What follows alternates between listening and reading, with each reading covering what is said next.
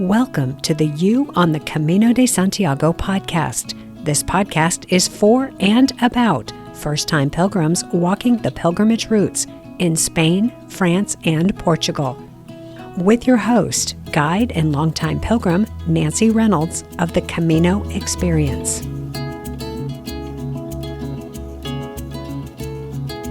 Hello, friends, and welcome back to the podcast.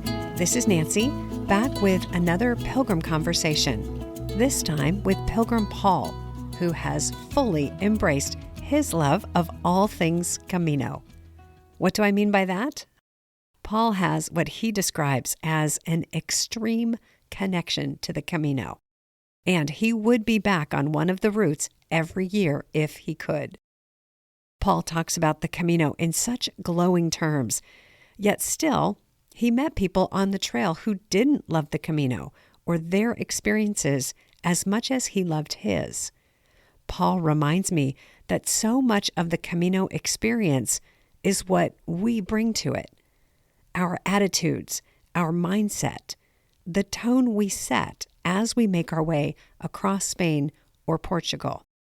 Those all contribute to our pilgrimages.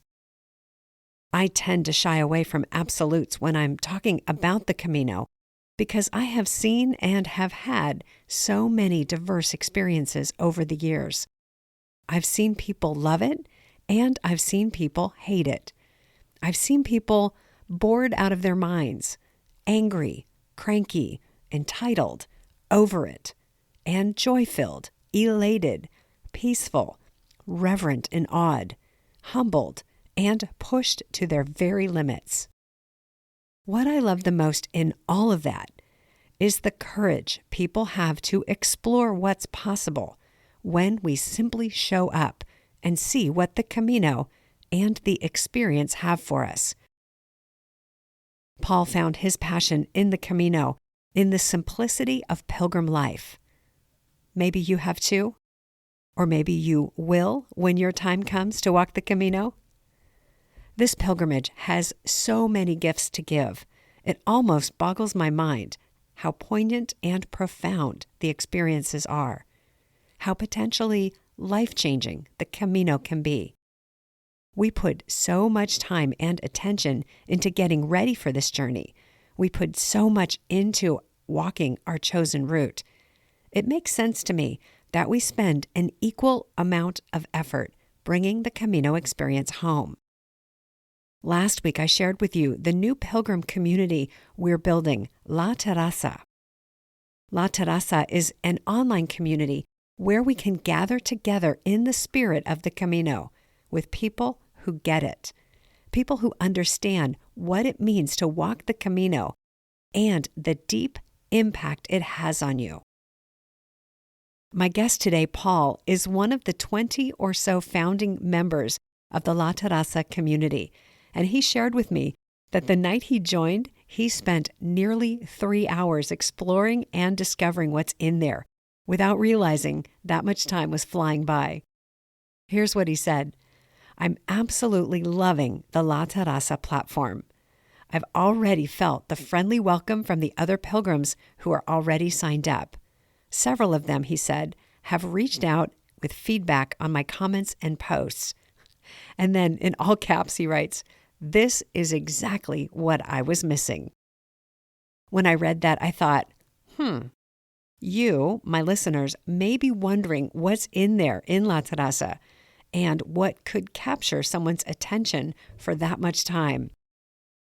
I'll sum it up this way. What's going on in La Terraza are conversations. We are talking about what it means to walk the Camino and bring that experience back into our lives at home. We are sharing our experiences through words and photos, and we are connecting on the one topic we all have in common and all love to talk about, the Camino. We are also, I'll use the word processing. The Camino works on us, doesn't it? It challenges us and stretches us, and it beckons us to go deeper into ourselves and our shared humanity. It calls us closer to whatever we believe is at the center of things. That could be God or the universe or our own hearts and spirits. Most of us don't really have the instruction manual, I'll call it that, on how to process this kind of experience. Yes, there are some wonderful books out there on the topic. And in fact, I'm hoping to have the author of one of those books as a guest at one of the La Terraza gatherings. But I think we have to take it a few steps further. We walked the Camino together. So to me, it makes sense that we bring it home together. But the trouble is, we don't live together or even close by.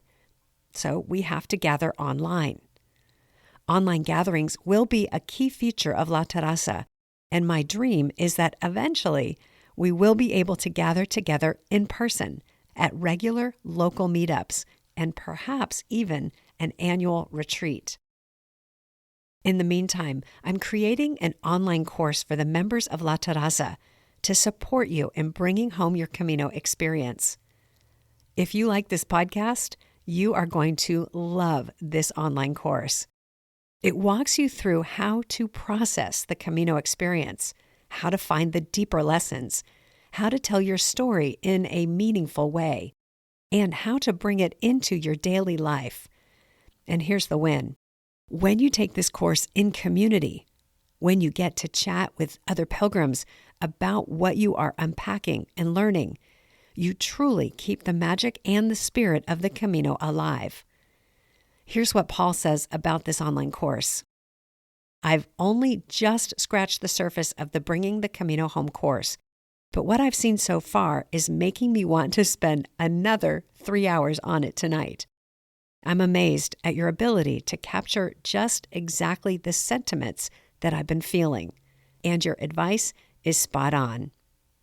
Thank you, Paul, for your kind words. He goes on to say, this new platform has so much potential for all of us pilgrims. I just hope that everyone gets wind of this and finds what they are looking for, just like I've done. What a blessing. Can you sense Paul's enthusiasm? I could from the very first email I received from him back in January. I hope you enjoy our conversation today. Let's get to it. And then next week, I'll be back with another pilgrim conversation and more information about the fun event we have coming up in August for everyone who is listening to this podcast. Oh, one more thing. This is another of those recordings with questionable sound quality on my audio track. You remember the last couple that were a little wonky? Here's another one. We're almost through these, and then we'll get back to some sound quality. So apologies in advance. And here's Paul. Paul, hi. Thank you so much for joining me on the podcast today. Welcome. Thank you. I'm excited to be here. Yeah, we've been emailing back and forth. It seems like for quite a while. And now we're finally getting to have a conversation. So I'm pretty excited about that. Well, anytime it's anything to do with the Camino, I'm excited about it too. So I picked up on that in the emails that you had sent me. I really sensed the enthusiasm. And I think you used the words, you have an extreme connection to the Camino. So we are going to have to explore that. Yeah, no, for sure. I think that's a good description of it. Yeah. And I understand that. And I remember especially my first, I don't know, maybe 5 years on the Camino where it was everything and it was all I ever wanted to talk about. And I did kind of make my friends crazy, I think. So, yeah. Yeah, it tends to happen. Yeah, and especially now that it's a business for me, I have to be really careful. Like I need to have a personal life as well and things to talk about. So I don't know if you have that challenge as well. Oh, for sure. You can tell when you're being perceived as somebody who's like multi-level marketing or something. Nobody wants to. Like, I'd love to talk to you, but can we talk about something besides the Camino? Exactly. If we could sign you up, we would. Excellent. Well, let's go ahead and get started then and put the pin in the map. And you Yep. have done a few Caminos. So why don't you just go ahead and give them to us? Go ahead and tell us what those are. And then we'll go back and talk about the differences and what those experiences were like. Sure. So my first Camino was the Frances, starting from Saint Jean Pied de Port to Santiago, and that was in late June and July of 2018. Okay. So did that one. I started with my wife joined me for the first week, and then she went home after Logroño. So and then I finished it on by myself. So that was my Okay. first one, And that was all the way to Santiago? all the way to Santiago. Okay. Yes, all the way All to right. Santiago. And the second one is uh, same Frances, because I when I came home, then I kept talking to everybody about the Camino and how wonderful this experience was. And so then I had several friends and family interested in going. So there was a group of 10 of us, my brother, and a couple of my sons, and my daughter-in-laws, and some just friends of ours and friends of theirs.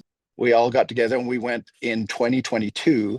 And again, we did July and early August, so about the same time in the summer, but of 2022, just after COVID, it kind of eased up a bit, and did that Okay. again, starting in Saint John and finishing up in Santiago. Not everybody made it there, so there's only four of us: my brother, my wife, and one of my sons finished it. And some of the people knew that they weren't going to be able to do the whole ways. They had work commitments or just different things, so they dropped off at various places along the way. Some in seemed like Logroño, and some of them in Burgos, and then some of them all the way to Leon. So Okay. Yeah, it's a big commitment, right? To it walk is. that whole way. Not everybody has that option of spending 30 something days out walking. And so, Yeah, option and desire, I think, have to coincide, right? correct. And I think a Yeah. lot of them had the desire, especially once they were on there walking, right? They caught the vision while they were walking and would have loved to continue on with it, but just, other commitments didn't allow them to. But yeah, Okay, so that was your second Camino. yep, that was the second Camino. The third Camino was the Portuguese, starting from Porto, and that was in late October, early November of 2023. Okay. What made you decide to go that way and do the Portuguese route? Well, part of it was the fact that I wanted, after going with a bigger group, I wanted to go out and do one alone, just Mm, completely by myself. And so I chose the Portuguese just because I hadn't done it before. And and then also the time it was only, a 2 week total commitment hmm. from Porto. And so that the timing worked out good.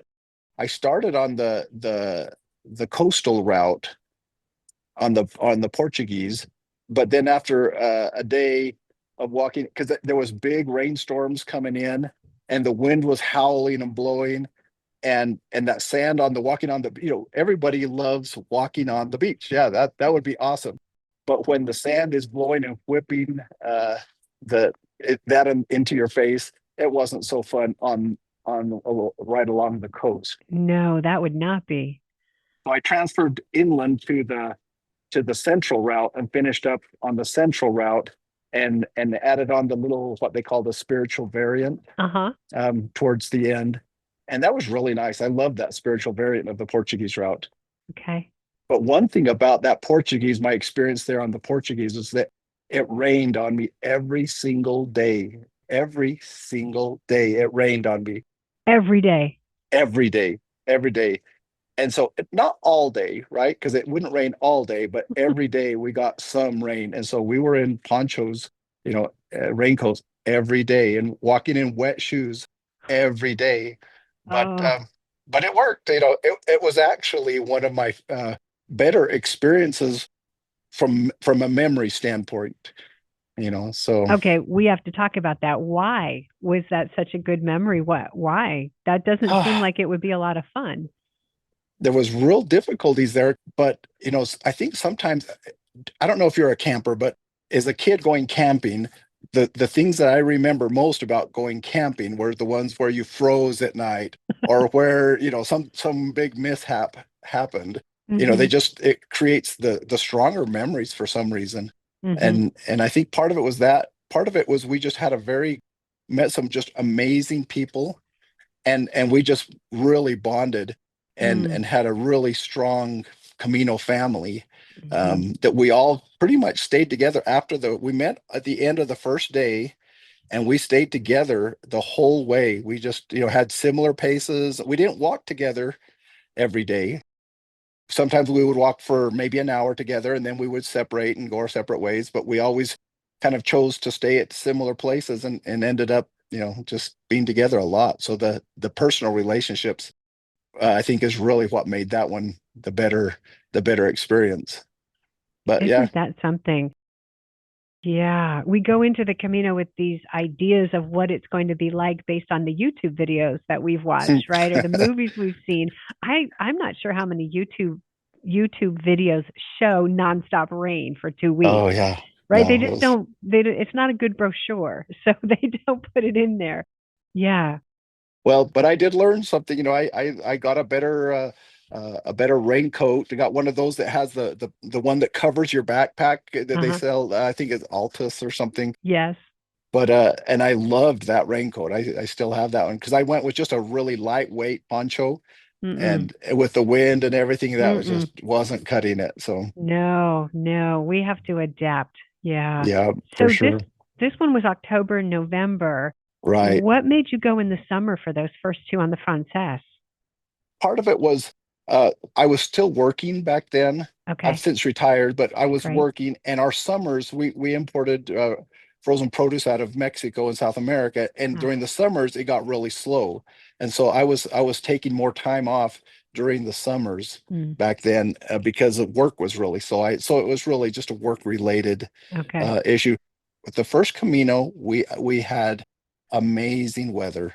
Just Mm, even it was July, June and July, the weather was just beautiful. okay. But the second one, it was crazy hot. There was 106 in Logroño, 106 degrees. So we were having to wake up at 3 and 4 o'clock in the morning to get started so we could walk in the cool part of the day. Wow. And then by noon we were done. We That is were so hot so yeah, it and was not it in a good was way. no, no, no.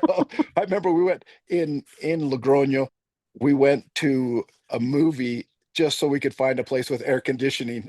We went and found a movie theater and watched a Oh, movie just so we could have some air conditioning. oh my gosh, that's incredible. Well, right now on the Camino, it's quite hot on the Frances. And so I'm hearing Hmm. stories. Some of my pilgrims from my May group are still there. So we're recording this on June 18th, which Hmm. it will probably air much later, by the way. And Sure. so some of my pilgrims are there, and I'm reading about the heat. You got any tips for pilgrims heading there in the summer? Well, just the first, like I mentioned, start early. Mm-hmm. Early starts. Drink a lot of water. I have a tendency to get dehydrated Mm. easily. Okay. That second trip, as a matter of fact, when we were first going up over the Pyrenees, that first day out of St. John, I didn't notice that I wasn't drinking enough water, but part of it might have been the trip over. Those plane Uh-huh. rides have a Mm-hmm. tendency to dehydrate you. Yeah. And we stayed in not Orison, but what's the other Borda? um Borda. Yeah. And when I got there, I just was not feeling good. And that was right after COVID. So I was thinking, oh no, am I catching COVID again? And I had some tests with me and I tested myself and no, it wasn't COVID, but I felt like I had a fever and everything. Mm. But I just really hydrated really well. And some people had some of those little mineral tablets that help replace some of your electrolytes and stuff. And I took that, and within a couple hours, I was feeling much better, but I was feeling literally sick, Yeah. and it was just dehydration. Yeah. So It'll do it. that when you walk in that heat, you really have to do that. Other than that, there's not a lot you can do if you're going to walk during those times of the year. Just take lots of breaks, Mm-hmm. make sure your electrolytes and stuff are good, your water and Mm-hmm. everything, and just walk as early as you can. A lot of people hate the early risers because they make a lot of noise and everything. But when it's that hot during the day, it's your only salvation is to get out Sure. and walk during the early morning. Yeah. Yeah. Hmm. And the other thing that I don't walk in the extreme heat because I can't handle it, is to make sure you're covered so that you have Yes. sun protection, whether that's sunscreen or what do they call it, UV protection clothes or whatever that Yep. is, so you don't get the sunburn on top of the Yep. other heat exhaustion. Since you're walking on the Frances, since you're walking always westward and the sun is Hmm. coming up behind you, what I would always do is uh, get a bandana and get it wet and put it Hmm. on my head and then put my hat over it to hold it on, and just that evaporation of the band, coming off the bandana Yeah, over, and it would protect my neck from the sun coming up, and it would provide the evaporation, cool me down. So that's tended to help. that's a great tip. great tips. So I know people are taking notes because those are really great tips for hot days. Yeah. Oh, Oh man, it's intense. All right. So let's see. We talked about that. And let's shift gears just a little bit and talk about your reasons for walking the Camino. And we've got to get to that extreme connection concept. But would you take us back to when you walked your very first Camino? What got you there? Why were you walking the Camino? well, I had a son who walked part of the Appalachian Trail, and I just thought that Mm. was so cool. Mm-hmm. And at first I started looking into that, but then the more you learn about it and realize, there are a lot of older people who walk the Appalachian Trail, but that's not, sleeping on the ground every night and, Yeah. you know, and doing your business in the woods and stuff is not, that's not necessarily my cup of tea. So I started looking for alternatives and kind of heard about the Camino a little bit, but didn't really.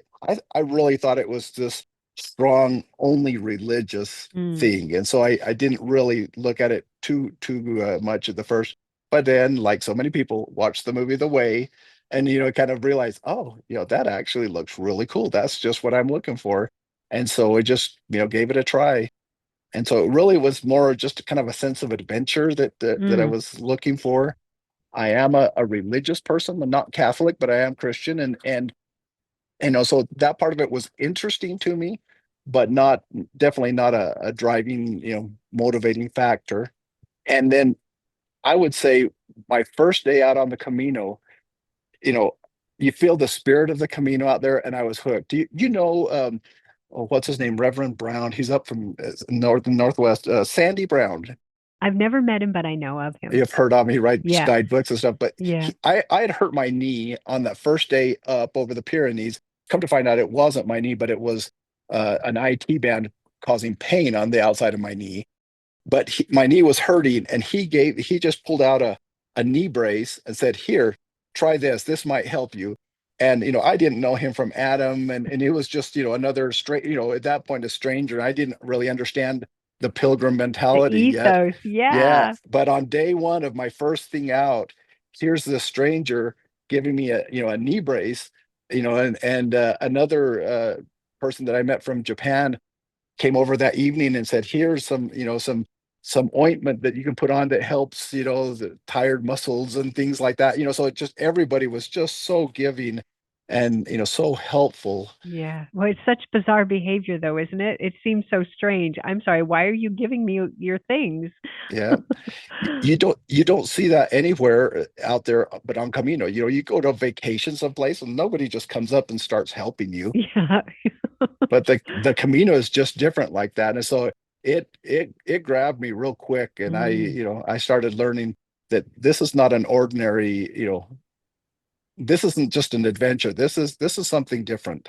Yeah. So when you went, did you think of it as a pilgrimage going in, or did you really think of it just as an adventure? I really thought of it mostly as just an adventure. Okay. It was just something cool to do. You always hear of people going backpacking in Europe and don't really understand what that meant, but Yeah. so it was just going to be an adventure. But the more you learn about it, that whole concept of ultreya and suseya and onward and upward and up, that type of mentality, and just everybody being so friendly and buen camino and everything. It caught hold real Yeah. very Well, quick. I'm just from observing you for the past 20 minutes. I'm going to say you bring some of that enthusiasm and that friendliness. So I don't imagine you would repel many people. I bet the friendly people find you. Well, it's something that's just kind of built into the Camino. You Yeah. can't go and not, because even my wife, she always says that she's an introvert, that she Hmm. doesn't really like to go out and put herself out there with other people. But Yeah. when she was on Camino with us, she was actually talking to more people than I was. So it really does bring, It brings that it part out. of you brings it out. Yeah. So it didn't start as a pilgrimage. Did it ever become a pilgrimage for you? It did not in the sense of the like the religious Catholic thing, the visiting of the tomb of Saint James, and that's not my belief. Hmm. But the other aspects of a pilgrimage, where it's like a pilgrimage for humanity, and Mm. discovering, I I've always had very conservative beliefs and stuff, and visiting with, talking to so many people from around the world and getting their points of view and understanding them better, it has changed my outlook in humanity and the world, and understanding other people's viewpoints better. So it's, in that sense, it really did become a pilgrimage for me. That's beautiful. I can sort of start to see why you got hooked on this. So let's talk about that extreme connection. What is that about for you? Well, I've thought about it. It's so hard to pinpoint, but I think it has to do with, that's the way God intended all of his children to get along. That's the Mm. way, if it's done right, it's done like it is on the Camino. And so when you experience that, there's just some kind of innate, you know, pool that says, yes, this is it. This is what life, with your fellow human beings Mm, should be like. And so I think once you've experienced that, you would just want more of it and more mm, of it. And those strong connections that you make with other people, because everybody's out there, everybody's equal on the Camino, right? There's hmm no rich, no poor, no, that doesn't matter what your profession is, you all have to still walk the same distance, and whatever that is, we're all more equal. And it just, and everybody's open to share experiences and talk and and just help each other. mm. Yeah, that could certainly be a pull. I can see that. Yeah. And so you also said that walking the Camino has changed your life. So could you give us a picture of Paul before and after the Camino, how you've changed? Well, it has changed. I wouldn't say my personality has changed, or it's, I think the biggest difference is, I remember thinking before, I remember being jealous of people who had a passion for something, Hmm. whether that was, a sport, or, you know, whatever, that were passionate about something. And I just wasn't passionate about anything. I had a good life. Everything about my life was good. I have a great family, good relationship, wonderful children and grandchildren, and just, so my life always has been, just very, very good. But I've been extremely blessed. But what it's changed is, it's given me that passion. I now have something that is like, okay, this is me. This is my thing. And it's just given me something that I think about every single day. How many things do most people think about every single day for years, Yeah. you I think know? about ice cream every day. Yeah, but I Uh, take your meaning. It's something I I think about ice cream, but I don't talk about ice cream. I think that's the yeah, difference. I think about the Camino every day as well, and I understand and relate to what you've just said. That it gives us a lot to talk about, doesn't it? it does. No, it absolutely does. And like you mentioned earlier, you have to be careful, because when people don't have that, or they don't understand, and that's, I think, a big thing, is some people just don't understand where you're coming from. Yeah. And so you have to be careful not to overdo it with some people. Yeah, yeah. I will say also that in my experience and observation, not everybody has the same experience that you've described. For some people, it's not that. It's not that great, and it's not Oh, that transformation. And that's always interesting too, when enthusiasm meets not enthusiasm, oh, and we're speaking the same language without the same emotion behind it. It's very interesting.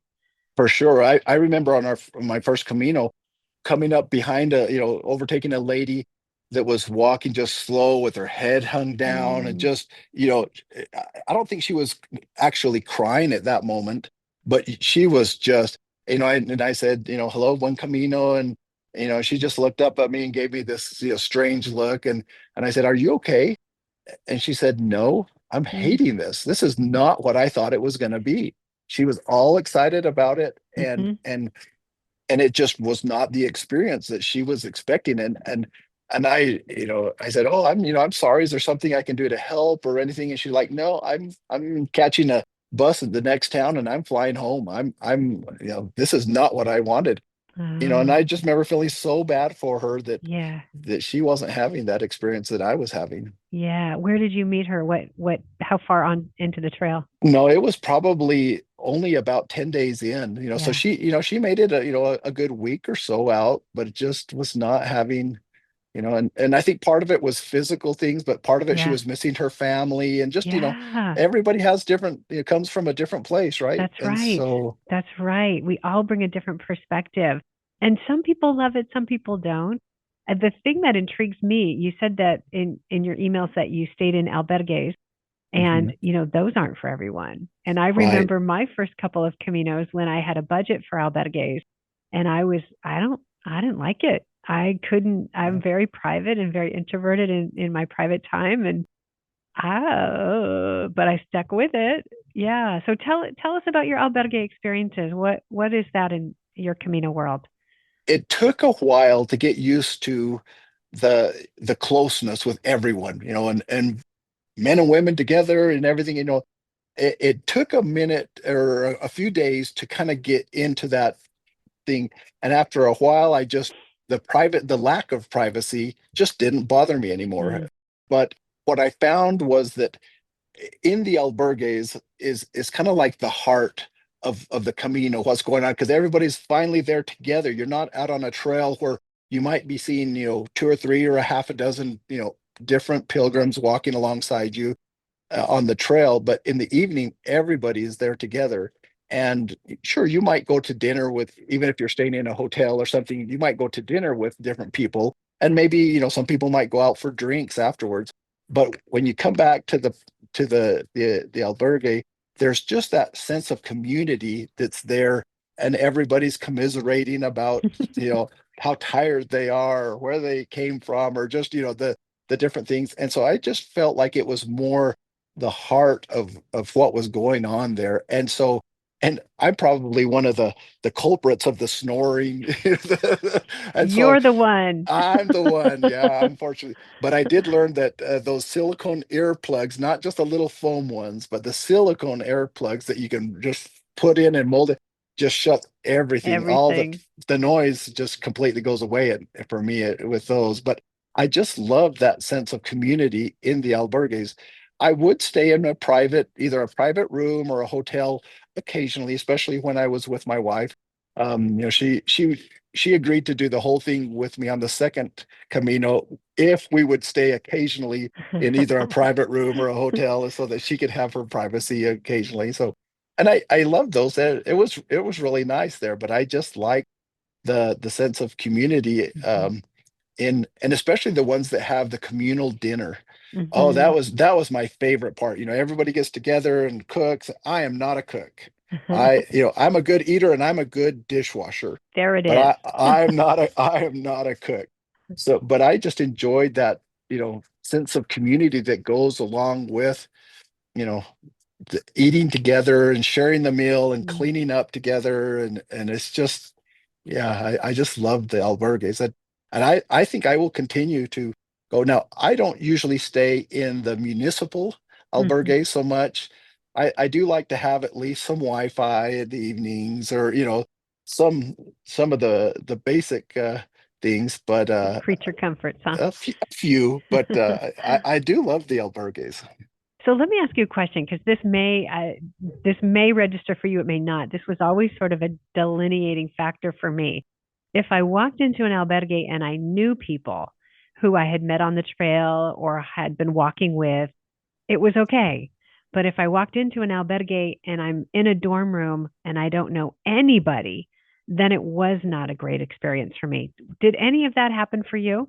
Absolutely, absolutely. I remember is it the place that has the castle, the Knights Templar castle Yeah, of Pomparada. Ponferrada. There you go. Yeah. I remember I stayed in an albergue that was just, I think one of your guests even mentioned that it was just like, it was sterile. It was very clean, Mm. but it was just cold, just not, didn't have a warmth to it. And in the room where we were in, I didn't know anybody else, Hmm. except for the people that I happened to be with. And it was different. It was not the enjoyable Mm. experience that the other albergues were. Now on the Portuguese, I stayed in an albergue. My favorite albergue of the whole of all three Caminos was called do Fernanda, and Yep. that place, the hosts were just amazing. They have an incredible reputation. Oh my goodness, that was just, and that was all them, because the accommodations were just, they were fine, nothing Hmm. special. It was nice because they were not bunk beds, they were just Mm, all lower beds, but the hosts just made everybody feel so welcome. And so the hosts there, the hospitaleros, they have a big part to do with how the albergue experience is. definitely, definitely. I've always said there are three main components to a good albergue experience.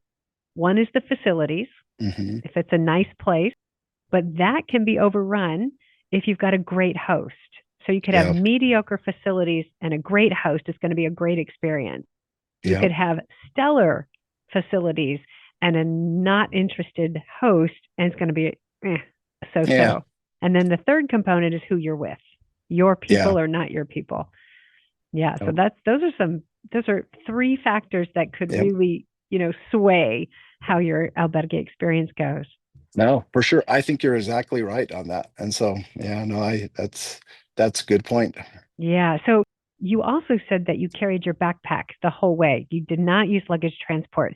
Talk to us about that experience. You know, my my backpack now, part of it, is probably goes to the fact that I'm 60, but so I still consider myself young enough to be able to do that, because I do understand that other people are just physically not, in a position where they can carry the backpack and do a Camino. So that's a whole different story. But I loved just the concept of your whole world, all your possessions, your worldly possessions that you have right then, is really is what's in that backpack, and you carry them the whole way. And you realize you don't need anything else except that little backpack that's on your back with a few changes of clothes and a few basic things. You don't need all this other stuff that we get tied up to in the world. Hmm. And really, it's the simplicity of a Camino and a pilgrim's life really is exemplified by the backpack. And I just loved my backpack. It fit, I got lucky because it was the first one that I had, and it fits perfectly. And every time I put my backpack on, even still to this day, it feels like somebody's just giving me a nice warm hug. Yes, I know that. Yeah, and I love it. I love the concept of carrying your backpack, carrying all your stuff, and it fit. It was just comfortable, and so I Hmm. I loved it. I observe pilgrims a lot when I'm on the Camino at various stages along the Frances, and I can see the difference in pilgrims who carry their backpacks, how solid they are in who they are. It's almost as if it's almost like it's not there. It's just a part of them. And they're Correct. standing taller and standing stronger, having carried that backpack hundreds of kilometers. Yeah. I want you to go observe and come back and see if you tell me if you see that too. It's so interesting. No, I can see that just in my own experience. Thinking Hmm. back on it, I can see what you're saying. Yeah, Yeah, I you agree. just they carry themselves differently. It's really interesting.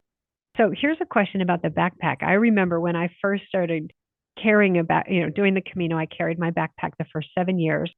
And now I observe the pilgrims in my groups with their backpacks. And it seems like there's a time period where you have to get used to living out of a backpack, and you can't find anything, you don't know where to put anything, you can't figure out what happened to this thing. How long did it take you on your first Camino to get really settled in? Yeah, no, that is very, very true. Because definitely at least three to 4 days it took me, because I tried to pack into what do they call them, just little different stuff sacks with Packing cubes? packing cubes. They're not Okay. cubes, but just different sacks. Yeah, Yeah. but that concept.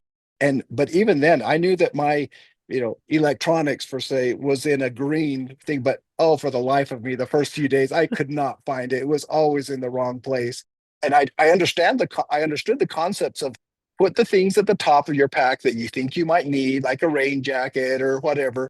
But still, it just took, I'd say 3 to 4 days, and maybe even up to a week Hmm. before he felt really comfortable with. You knew how to pack it, and I would always pack my pack at night before I went to bed, so I didn't make any noise in the morning getting up for those people. And you just learned how to do it, but it did take a Took a few while. days. Oh yeah, no, it Yeah. for sure does. Yeah. Very good. I kind of wanted to validate that because I see it Yeah, often. And I want to make sure that first time pilgrims know that that's completely normal. It yep. takes you about a week to settle into your stance and your identity as a pilgrim. Right. And that's one of the questions that I've had with, about people who do just a short Camino, maybe a 1 week thing. I understand work constraints only allow them to do that, or physical limitation or different things. And that's their pilgrimage, and that's great. But it just took me that long to finally, get into the rhythm of everything, and to be ending when you're just getting it. That seems kind of sad. Yeah. Yeah. That's a really good point. Yeah. So it's a strong argument for a longer Yeah. pilgrimage. Yeah. Yeah. Well, let's talk a little bit about coming home. Do you remember what it was like to come home from your first Camino? I do. It's like coming into a different world, because especially when you've walked the whole Frances, you've been out there for 30 some odd days, and life is just so fast. Any city is just, confusing, and the cars move so fast, and just the life is just so different that there was an adjustment to coming home. And then the other part of that is you're so excited about this experience that you just had, and you just want to talk to everybody about it. But everybody's eyes start glossing over and rolling back in their heads as you do that. So it's hard to not be able to have, somebody that you can really just share, and have a debrief type of a situation about your experience there. And so it was a challenge for sure. Yeah. Did you have anybody who you could talk to? Well, it was nice that my wife had started off. She the first one. She did the first week with me, and Yeah. so we would stay in touch all the way along. And so we had stayed in touch, and she was excited because some of the people that she had met in that first week, I finished with, and so Mm, we could talk about the different people that we walked with, and experiences like that and everything. So having somebody that's done it, either with you right then or had done it previously, is definitely the way to do it.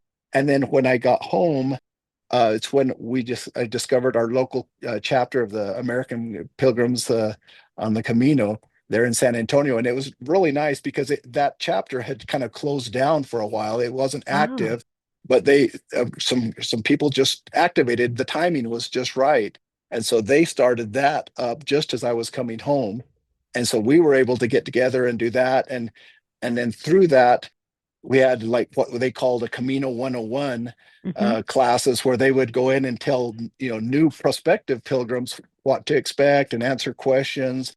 And then they set up a mentoring program, and I was happy to act as a mentor for other people who great. were going and go have breakfast with somebody and answer all their questions, and things like that. So there was that really helped a lot, having experiences and things like that. Great. Great.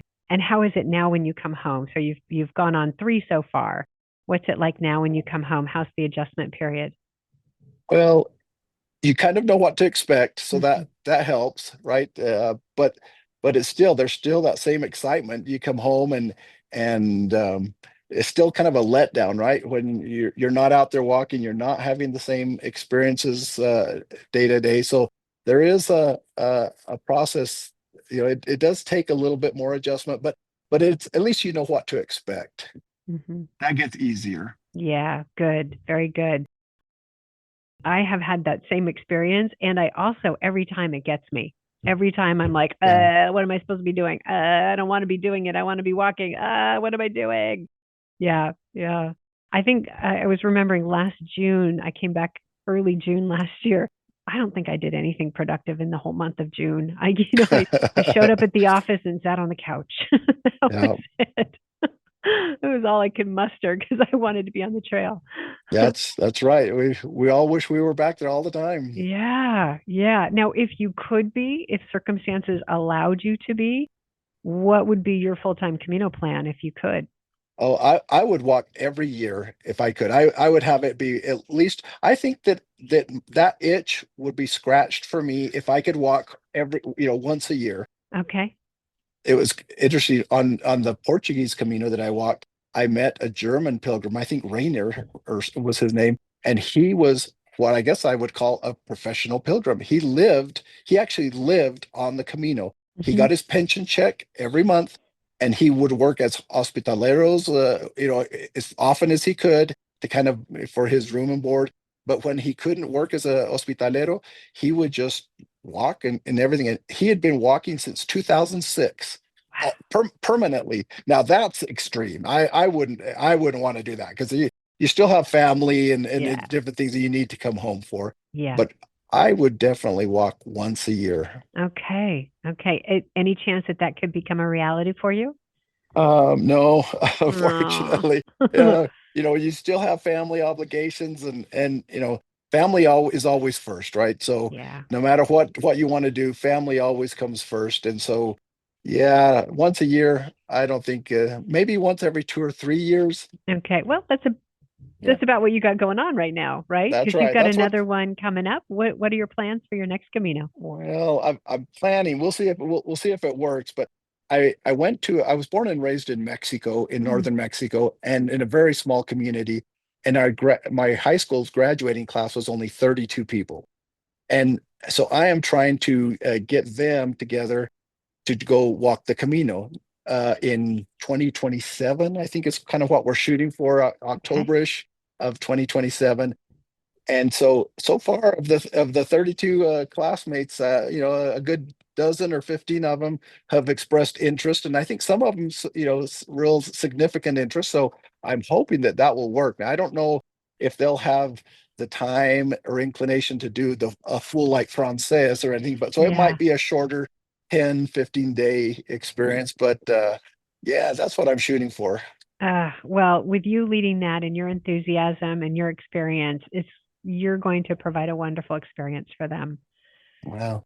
We've got the enthusiasm. We'll see if the rest of it, it's always a challenge. And I mean, this is what you do, but when you've got a group, it's a different ball game than when you're walking alone. Yes. Because when Yes. especially when I'm not going to be like what you do. I'm just helping them, giving advice and things. I'm not going to make all their accommodations, reservations and everything for them. But there's that sense of responsibility that Yeah. that kind of changes the Camino, and that's not the ideal situation. But I do want to walk with them, so I'll do whatever it takes to get them out there. It's great. It's great. It's a great image, great vision to have and to hold for your friends. Very good. So, last question I want to wrap up with. Yeah. You have been walking the Camino since 2018. You've told your story. You've told stories about all your experiences. Is there any story that you haven't yet told that you'd like to tell? Oh, there's so many little stories that I don't have anything really big, but there's so many little things that just really touch you when you're walking. And for some reason, the one that comes to mind was when I was walking this Portuguese Camino, the last one that I did, and it was raining every day. I came up on a lady, and I think she was from Germany or somewhere there. And again, she was just kind of walking slow, and you could tell she was not happy about the situation. I adjusted my pace and walked with her a little bit and asked her how she was doing, and she looked over at me and she just started crying. She was Mm. just full out bawling, and she said, I am such a wimp. And I said, what do you mean you're a wimp? And she said, well, I wanted to walk the Frances, but they told me that was going to be too hard, that the Portuguese Camino was going to be easier. And this is so hard for me. Oh, I just am having a really hard time. And I just stopped and I said, look, you're walking in the rain. I know what you're going through because I'm going through it. And I've walked the Frances twice. This is not easy walking in the rain every day, uh-uh.